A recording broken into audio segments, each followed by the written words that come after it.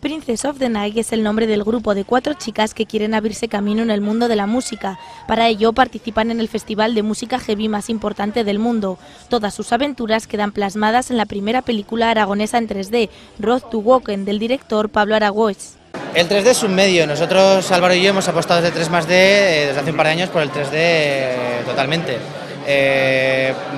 Es como si dijeras, vamos a hacer películas solamente en blanco y negro. Pues seguramente hagamos también algo en 2D, ¿no?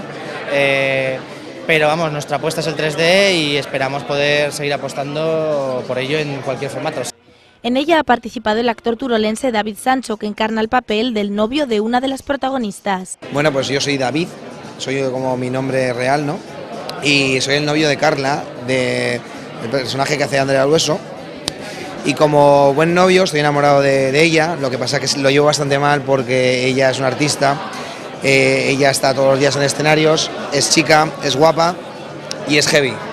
Esta road movie se podrá ver en exclusiva mañana sábado a las 22 horas en los cines Yelmo de Plaza Imperial de la capital aragonesa.